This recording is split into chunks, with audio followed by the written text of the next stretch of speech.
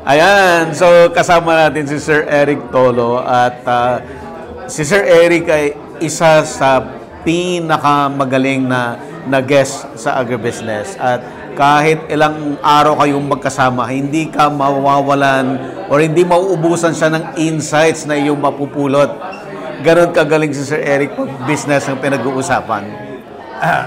Patay tayo dito. Anyway, wini-welcome ko yung agribusiness dito sa business hub, yes. Business consultancy.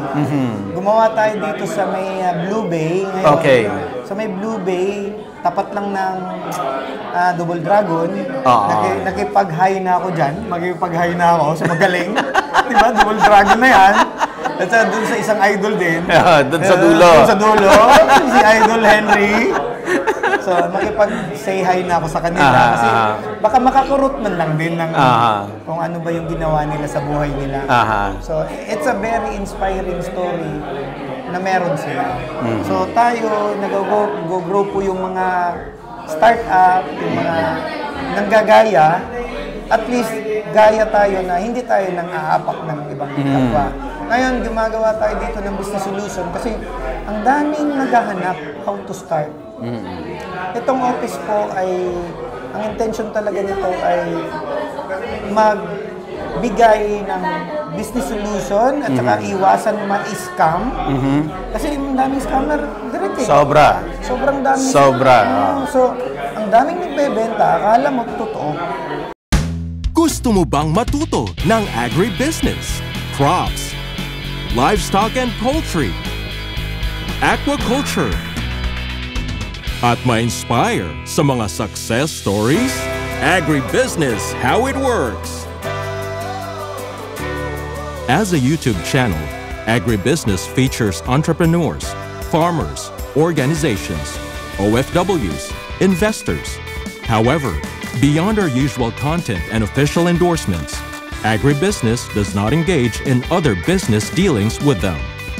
While our viewers and featured individuals and entities may choose to pursue business deals with each other on their own, we encourage them to be cautious in doing so.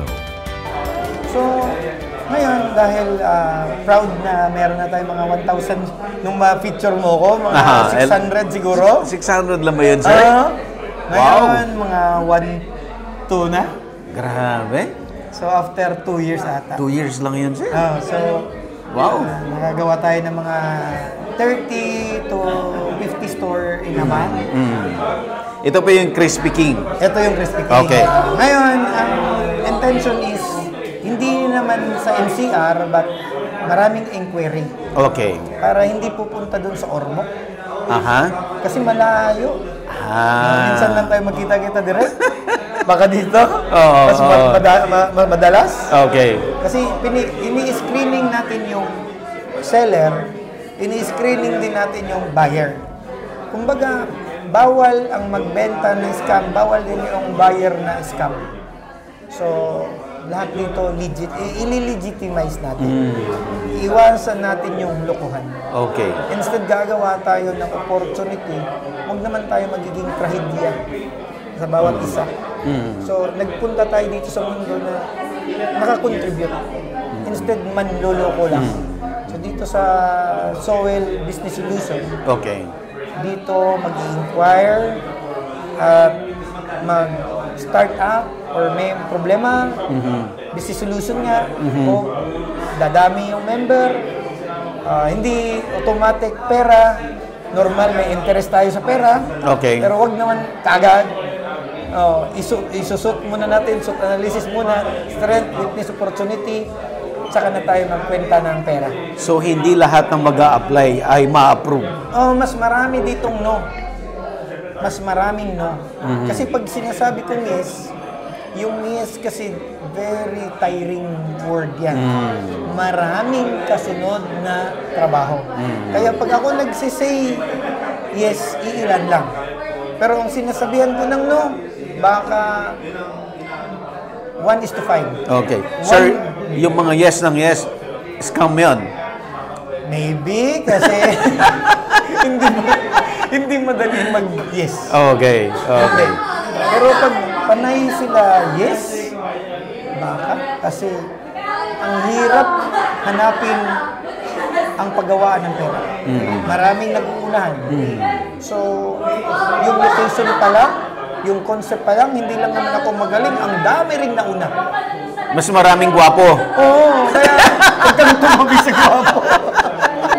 Sabi ko nga, mas mabuti na yung matalino ako kasi ang katabi ko bobo. Huwag kang tumabi sa mas magaling. Okay. Kasi pag tumabi ka sa mas magaling, talagang matatalo ka. If you are a player of the NBA at hindi ka pang NBA, wag na lang. So pero yung mga NBA player pupunta dito sa atin, pinoprotestahan yan. Hindi pwedeng maglaro dito yung professional na NBA player. Kasi overshadow niya. Oo. Walang kwenta ang matching. Sir, itong principle na to ay ilang years mo to bago na-develop at nasabi na ito ang best strategy for me? For you? Matagal na ito dahil yung to identify, ang unang talagang problema ng tao, identify mo ba ang target market mo? So yung strategy na yan, nakita ko na yan nung pagka-uwi ko galing Cebu ako to Ormoc, kita ko kaagad. Kita kaagad. Mas madali palang manalo pag ikaw ay college at yung kalaro mo ay elementary. So parang corrupting minors nga ang ginagawa ko dati. Yung kalaro ko, taga-probinsya. Galing ako sa city. So doon ako nakakita, okay, this is good playing field dahil hindi siya saturated. So are you saying nung nasa Cebu ka, struggle ka doon? Konting struggle pero I'm playing with them kasi ka-level ko sila. Okay. Parang feeling ko, kalaro ko sila. So nasanay ako sa Cebu. Okay. Pero nung pag-uwi ko, soft target pala yung probinsya. Ikaw pala yung ano doon? Ako palang warrior. Ikaw pala yung number 1 doon? Ako warrior. So parang naghabulan. Puro sila nakaparking. Panay ako takbo. So sabi ko, okay. Eto pala, paano ka manalo habang nakaparking sila, takbo ka lang. Pero sir, pumapasok ka na ng Metro Manila. Hindi ito directly. Okay. Hindi ito direktang Metro Manila. Okay. Naglagay lang ako ng office para magpag-usapan paano atakihin yung outside metro. Okay. Hindi talaga, this is not directly to the NCR. Yung mga sa gilid lang muna. Okay. Kasi mahirap, mahal kasi. Bakit ayaw ko sa metro?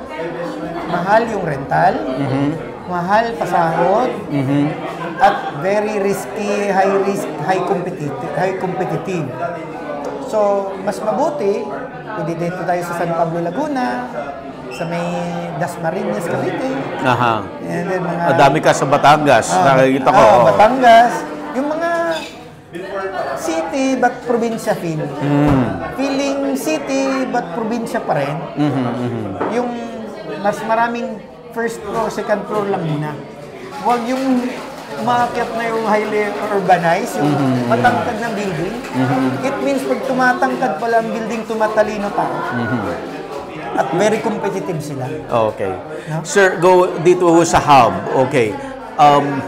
Is it for Crispy King and your companies lang ang pwedeng i-franchise or may offer din kayo, papasok din yung mga ibang companies na gustong magpa-franchise din? Ang intention talaga is to meet new warriors. Okay. Makipaghalo-halo na rin ako dito. Kasi hindi ko ito lugar. So better tayo makipaghalo-halo na kung sinong pinakamagaling. Kasi baka makakuha din ako ng magaling dito na player. Mabitbit ko rin sa probinsya namin. Sa mga territory kung ginagalawan. So lahat ng mga teritoryong meron ako, pwede rin ako mag-introduce ng bagong atake dahil na may namit ako dito magaling. And I will be the tour guide or the investor guide dun sa mga lugar na ginagalawan ng Crispy King na. So, ang sarap kasi ikaw ang magiging tour guide kung saan ilalagay yung business sa hindi tested nila at tested ko na. So that would be good na i-welcome ko dito. Kahit same line of business. No problem. Kasi alam ko naman, hindi lang naman ako magaling eh. Meron din ako matutunan sa kalaro ko eh. So, galingan natin, aralin natin. Sana makapulot tayo ng better attack pa. Yun lang, open lang ako. Kumbaga, hindi ko nga tinatanggap na ako yung magaling agad. Because the learner, nauna si letter L, bago ni earn. The learn. So, L muna, bago mag-earn. So, learn muna, bago mag-earn. And then, huwag naman natin kalimutan yung L always in the front. Kaya ako, akala natin tapos na mag-aral. The never-ending palang pag-aaral to. The more Kahit na, ano sir, no? Kahit na expert ka na, no? Wala pala. Every age category. Yung category natin direct. Hindi naman tayo nagkipaglaro sa 20. Hindi naman tayo nagkipaglaro sa 25 at 30. Yung kalaro din natin, 50 din. At saka, mga 55, 60. Pangit naman natin tingnan kung nagkipaglaro tayo sa... Okay. If ever yung kalaro mo sobrang bata. Ay, that's not the way. Sir, yung isang speaker kanina, yung dinidiscuss niya, yung mga sakit sa ulo sa business ay pwede nilang matutunan dito. Like, pati yung mga taxation, mga permits, ganyan na, finding locations. Yeah. Because sa amin, pinagdaanan namin kasi nung ako'y mag-50 branch, kinakain ko yan. Nung ako'y mag-100, dumoble. Nung ako'y mag-200, lalo na, bumigat. Pero nung ako'y mag-500 at mag-700, parang paulit-ulit na problema. Okay. So, yung muscle pala, brain muscle, the capacity, lalong nahahasa. So ngayon, yung the way I explain, parang namamani-mani na lang. Kasi, dinaanan na nga. The more you get into the problem, the more mo na, ito pala ang solusyonan. Kasi kung bago pa lang dumating dyan, para bang nagwa-wonder ka. Pero pag paulit-ulit mo nang nadaanan, so sobrang mo nang gamay yung parang automatic na yung solusyon. For example, may problema sa employment at ayaw pumasok ng mga empleyado. Sabi ko, actually, pumapasok tayo para mag-solve ng problema. Hindi ka nagpunta dito para kumuha na ng sweldo. Every employee na na-hire supposed to be yung mission ng isang empleyado para mag-serve sa customer at mag-serve din sa nagpasahod sa kanya. So magtanong siya, kumita kaya si boss? Kumita kaya yung nagpasahod sa ako? Baka nag-isip ako na kukuha ko ng sahod. Pero si boss, kumita kaya? And most of the time, hindi naiisip yan. Hindi ba? Akala kasi ng mga empleyado, ang duty ng may-ari ay magpasahod. Hindi ka naman anak ng employer eh. And the employer has the interest na kumita. Magpasahod at kumita. Dalawa yan. Pasahuran empleyado at meron siyang excess na interest. Yeah. Pero pag kinalimutan yung kita sa may-ari, posibilidad yan, i-close yan. Kasi sahod lang ang interest ng empleyado. Hindi man yan tinabihan yung may-ari. Diba? So, kaya kailangan ipaintindi na there's a relationship between employee and employer. Hindi pwedeng one-sided yan. It's a give and take. Kaya hindi pwedeng si employee nagkapera. Si employer sobra din. So, you must meet halfway, kumbaga. Kasi pareho kayo may interest. So, pati dito sa hub, ituturo yan, sir? Oo. Kasi buong-buo, i-share ko ang... Kasi, umabot na tayo ng mga 1,002. So, anong next ko? Grabe. 600 branches in just 2 years? Wow. So, sige. At saka baka madagdagan ulit ng 500 per year. Yun yung mission namin. 500 per year. And what's with this? Employment, steering economy. Yeah. Di ba? Kung walang gumagawa, Ba't ba tayo papatay-patay? Ba't ba tayo tulog-tulog? Sana gumawa tayo opportunity. Sana ma-easter naman natin yung mga tao na hindi natin i-waste ang time. Hindi natin i-waste ang buhay. Kasi nandito tayo para magtrabaho. Hindi tayo dito, nagpunta lang dito. Sorry ha, for those who are into gambling. Hindi tayo pinadala dito ng Diyos para magsugal eh. Okay. Nandito tayo para gumawa ng opportunity. At life is not a gambling talaga. Inaaral po. Inaaral. May science, sir. May science. Ang tawag dun pala ay repetition, reputation, accumulation. Ulit ha. Wow. Repetition, reputation, at ma-accumulate mo. Kasi inuulit-ulit mo ang isang 24 hours. Bakit hindi natin namamaster direct? 24 hours daw. Pero lost. Hindi mo na-master ang 6 a.m. Hindi mo na-master yung 8 a.m. Hindi mo rin na-master yung 10 a.m. Yung 12. Bakit? Parang hindi natin maintindihan. Saan nilalagay yung mga oras? So meaning, how productive are you of that 24 hours? Ilan ba ang very productive na yan? Kasi ako talaga, hobby ko to pala. Hobby mo yon. Hobby pala. Hobby mo yung maging productive. Dito pala, sports ko pala. Ginagawa kong sports ang pagkagawa ng opportunity. So, thank you dahil hindi ako napapagod. Kahit ilang utos pa yan. Kahit 10 commandments o anong utos yan. As long we can serve the people, we can serve the public. Doon, the more sugo, the more pera. And yun lang. Siguro, tama na siguro yun na pag ikaw ay maraming hugasan, pag walang hugasan, walang pera. Pag maraming hugasan, panalo maraming ang pera. store mo. Yeah. Di ba? Okay, sir. Isa sa word na nung nagsasalita kanina, ilang ulit ko narinig yung word na gumaya lang. Gumaya lang. Ang gumaya, meaning, there's an art of observing pala. Okay. Ang panggagaya, nag-observe ka what works and what doesn't work. So, and then i-retweak mo ng konti. Okay. Hindi naman kailangan original, sabi nga original. Hindi, may nauna sa ato. Yung 1, 2, 3, 4, 5, 6, May naka-invento na. May naka-invento na. Paano gamitin lang?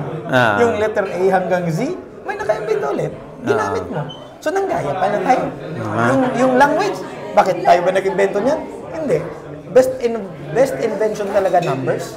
Best invention talaga letters. Best invention pala how we communicate. Ngayon, hindi lang natin na-maximize. Kaya ako sabi ko, hindi ko nga pala talaga kailangan mag-invento. It's just how will you use it at our advantage. Kumbaga, nanggaya lang naman ako eh. Nung nakita ko silang maganda yung bakery nila, pero hindi lang ako pumasok kasi foul yun. Sa labas daw ako, ganun pala. In-apply mo sa bagong territory na ginawa mo. Yeah. Nanggaya ako, pero ayaw kong ikumpetensya kasi mali naman yan na talagang yung mentor mo, apakan mo pa sa mukha at duduraan mo pa. Ano ganyan? Wala ka walang mudong tao yan. So kung manggaya ka, magrespeto ka naman sa ginagaya mo. Idol ko, hello po, Henry C. po. Kasi dati ako empleyado sa... Oo nga! Imagine mo yan, sir. Idol ko yun eh. Idol na yun. Baka maparinggan tayo diha.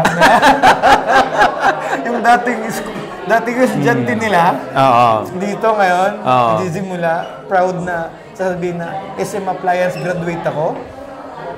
Then sasabihin, turo na ako. Dati hindi ako makasagot ng mga tanong na yan. And then idol eh. Siya yung si Tatang Henry C. And then daming idol. Bokongwe, Ramon Ang, Tony Tangkachong, Enrique, sa hotel na yun. sa pier ba? Razon. Galing, no? Galing. Kaya, they are idol of the industry, talaga silang magaling. Yun ang dapat magiging best example of being a good citizen of this country. Na being productive, huwag tayo ng blame. Gawa lang tayo ng gawa. The more we create opportunity, the more we give employment. Yan lang. Sir, gustong-gusto ko to. Tolo box. Sorry for that word. Parang na-wrong spelling ang tollbox. Actually, dito ko yun nagawa. Okay. Yes, sir.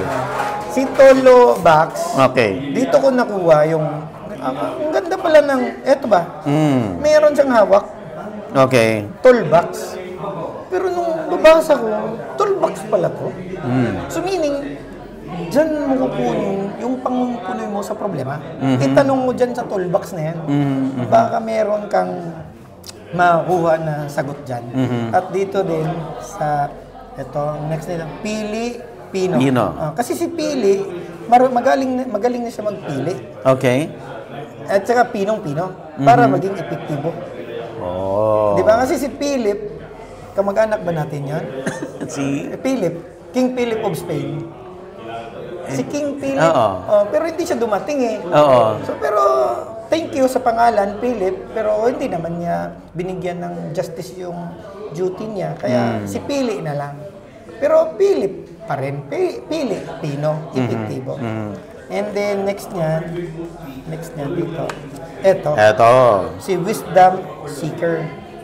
Kumbaga, pag may tanong ka, sana ma-enlighten ka at willing kang makinig. Di ba? So, si Wisdom Seeker, kailangan meron siyang katanungan, may sasagot, at sana willing makinig, pero may plus and minus pa rin yan. At may black and white din yan. Huwag ka agad maniwala sa mga sagot, baka manluloko din yung sumasagot eh. Ikaw pa rin ang mag-decide either tama ba yung sinasabi, or mali-mali, or anong best for you. Kasi ang accountable lang talaga is the one who listen. Sana responsible ka rin makinig. Kasi baka tatanga-tanga ka, ma-appeal ka sa biktima. Diba? Huwag namang dalawa kasi yan. Ang biktima at yung nang bibiktima. So, dito, pinasok namin, kahit maliit lang to na, and then ito yung superhero natin. Okay. Ito. Ganun pa rin nun si Aquaman ang pangalan nun. Si Aquaman ba is anong word to? Si Aqu. Filipino? Yeah. Acronym to? Dili. Aquaman. Aquaman. Kung sino man yung magbayad sa kurente. Si Aquaman. Sino magsasaing? Si Aquaman. Sino maglalaba? Si Aquaman. Kasi ang totoong hero ay si Aquaman. Walang ibang magsisave sa sarili, kundi si Aquaman lang. Hindi si Batman, hindi si Superman, hindi si Wonder Woman.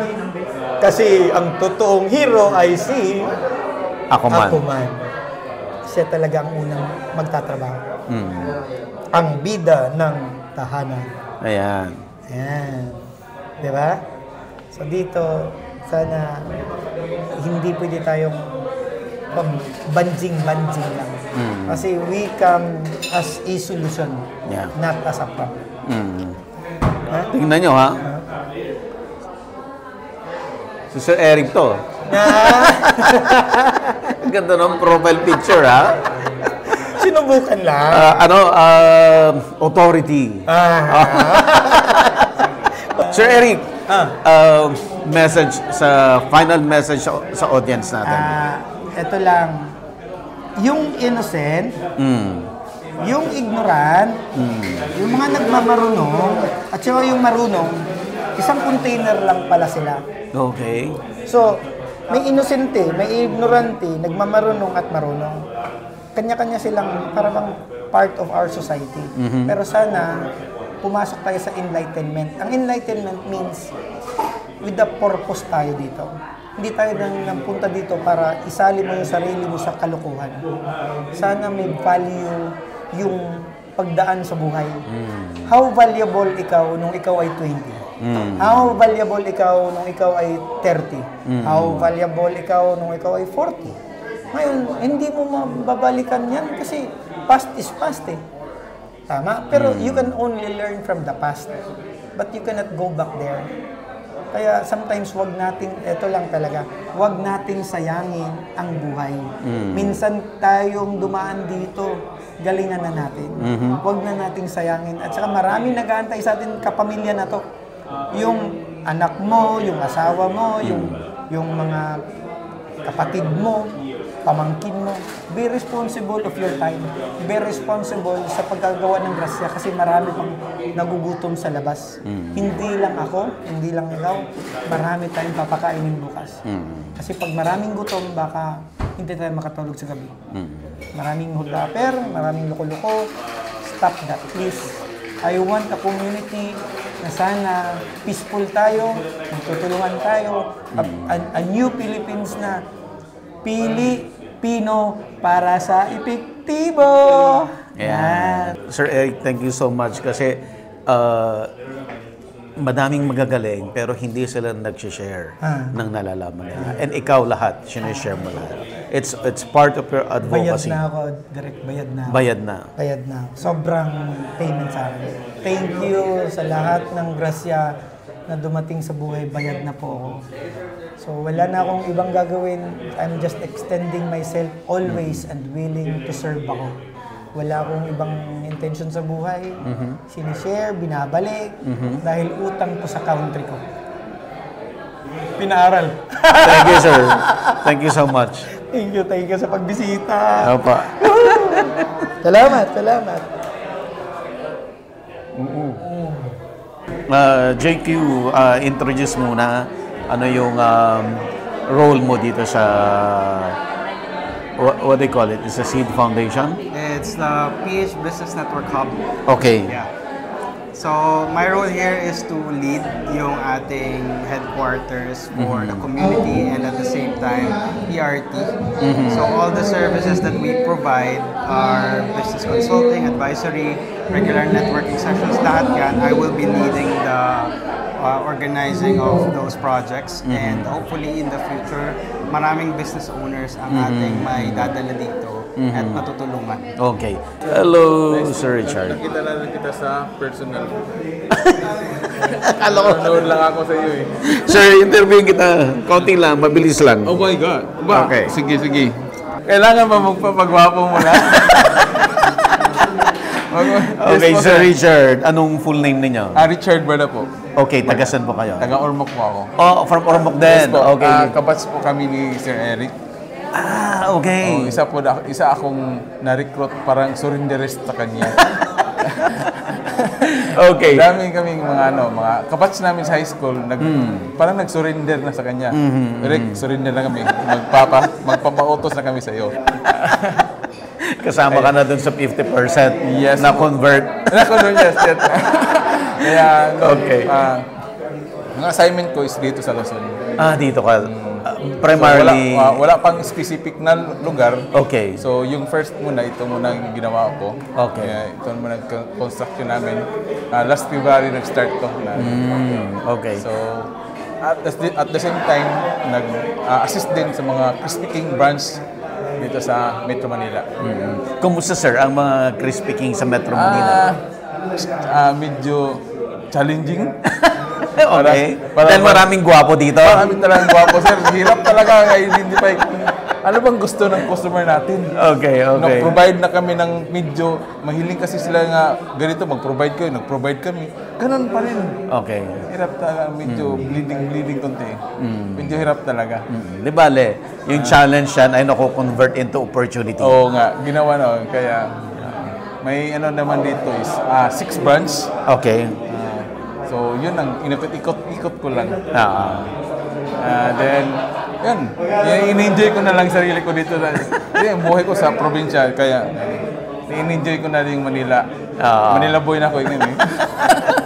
Manila boy na. Alright. Thank you, Sir Richard. Thank you, sir. Thank you so much. Sa opportunity nga, nakausap kita. Nakita na kita sa Yes, sir. Thank you very much, sir. Sige, sir.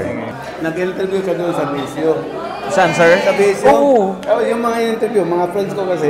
Talaga? Pinanood ko talaga si Oo. William, si Jojo. Oo. Doon kasi ako, first job ko doon. Pilot ka.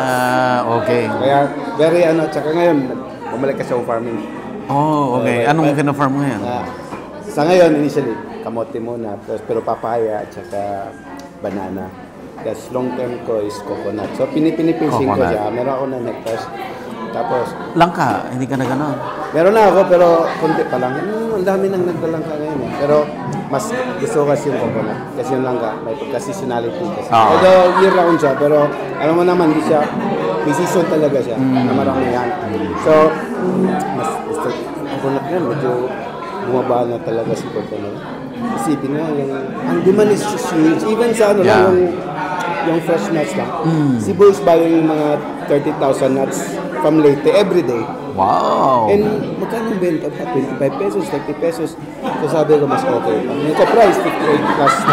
Dwarf yung mga tinanim. Yung target is dwarf. Kasi 3 years na siya. Yeah. So kasi yung mga, yung tawag ba na, bye-bye tol, 8 years to 10 years kasi. I'm 55, 56 sabi ko.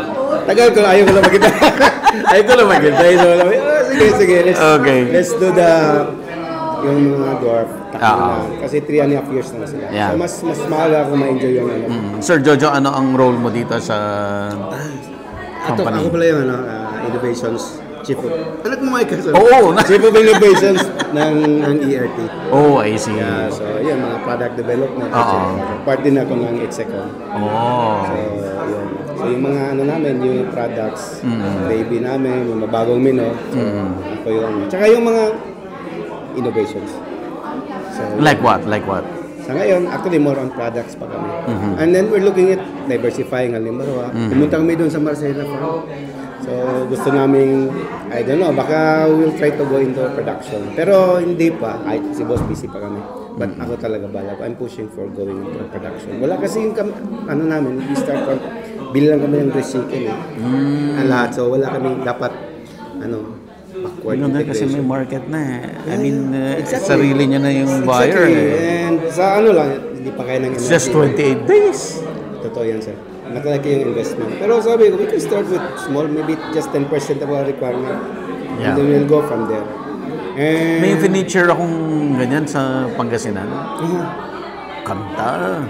agriculture Ganda. kasi ako. Kaya ako, follower mo talaga. Okay?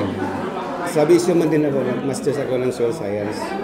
So, Ikaw pala si soil scientist. Kaya nga sabi, tawa-tawa kami dito. Soil science talaga. So, and then, kaya yung ano ko is, may link ko yung group namin towards production talaga.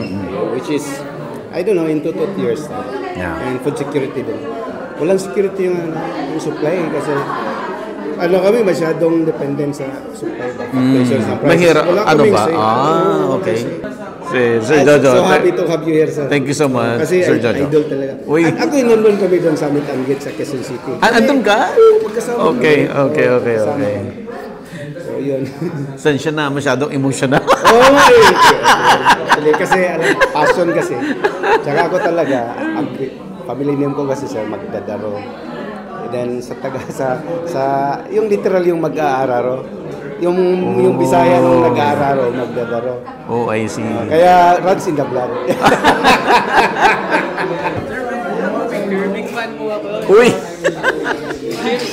Picture. Surname mo Michael. Mike po. Mike Manlolo. Manlolo. Yes, Okay. Michael Manlolo. Manlulu. Yes. From Pampanga po. Pampanga. Okay, bakit ka andito sa hub na yun? Actually,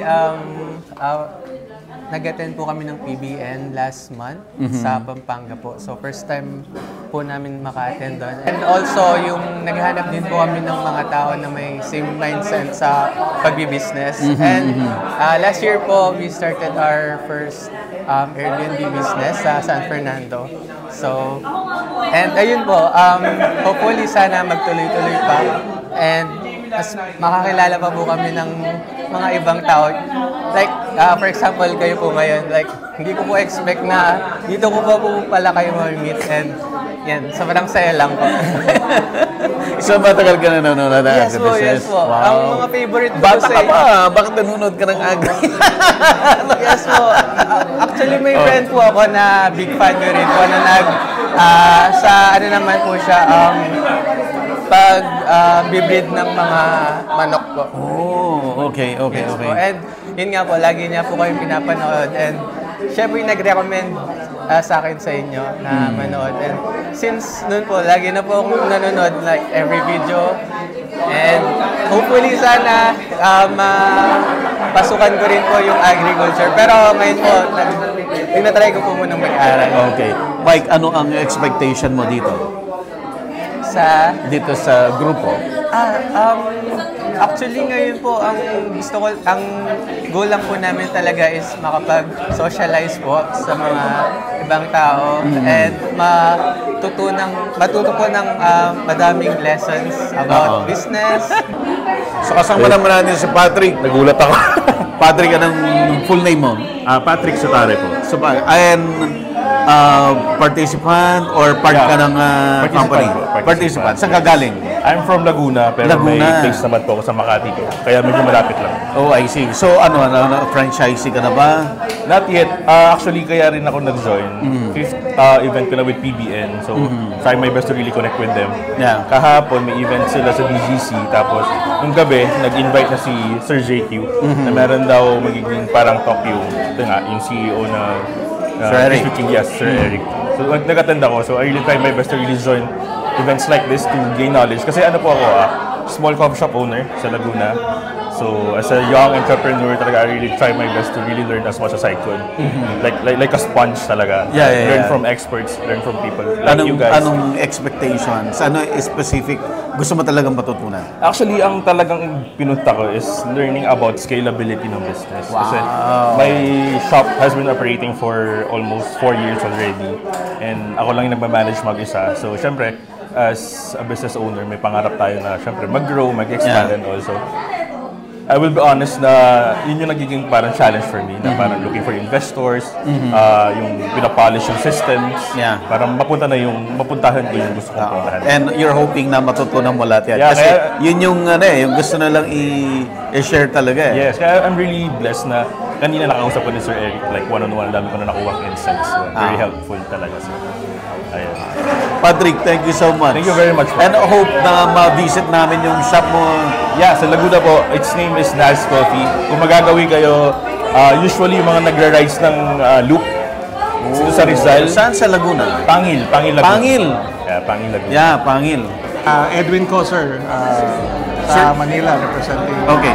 Sir Edwin, ano yung role mo dito sa grupo? Part of the role, sir, here is I handle the Manila operations. So, startup ni Sir Eric, ako yung nagmamanage sa Manila, NCR. So NCR and probably kasama ba yung mga nearby towns within NCR or NCR lang talaga? NCR lang, sir. NCR lang. Okay. So far, anong mga learnings niyo dito sa pag-put up ng Crispy King branches in Metro Manila? I think the learning here is yung mga challenges, yung pag-locate ng location. Okay. I'm sure is locating proper location in Manila is more challenging than outside Metro Manila. Kasi yung identify nila kagad yung mga strategic areas and then halos puno na yung mga strategic. Correct. O unahan ba? Parang blessing nga yung we saw the Guadalupe. Timely yung nasabi sa akin is meron din isang kukuha sana. So ganun ka bilis yung pag-secure ng location. Okay, Yes, sir. Thank you. Thank you so much. Thank you, sir. Thank you, sir. Agribusiness merch is now available on Shopee and Lazada. Agribusiness, how it works. Instruct, inspire, succeed.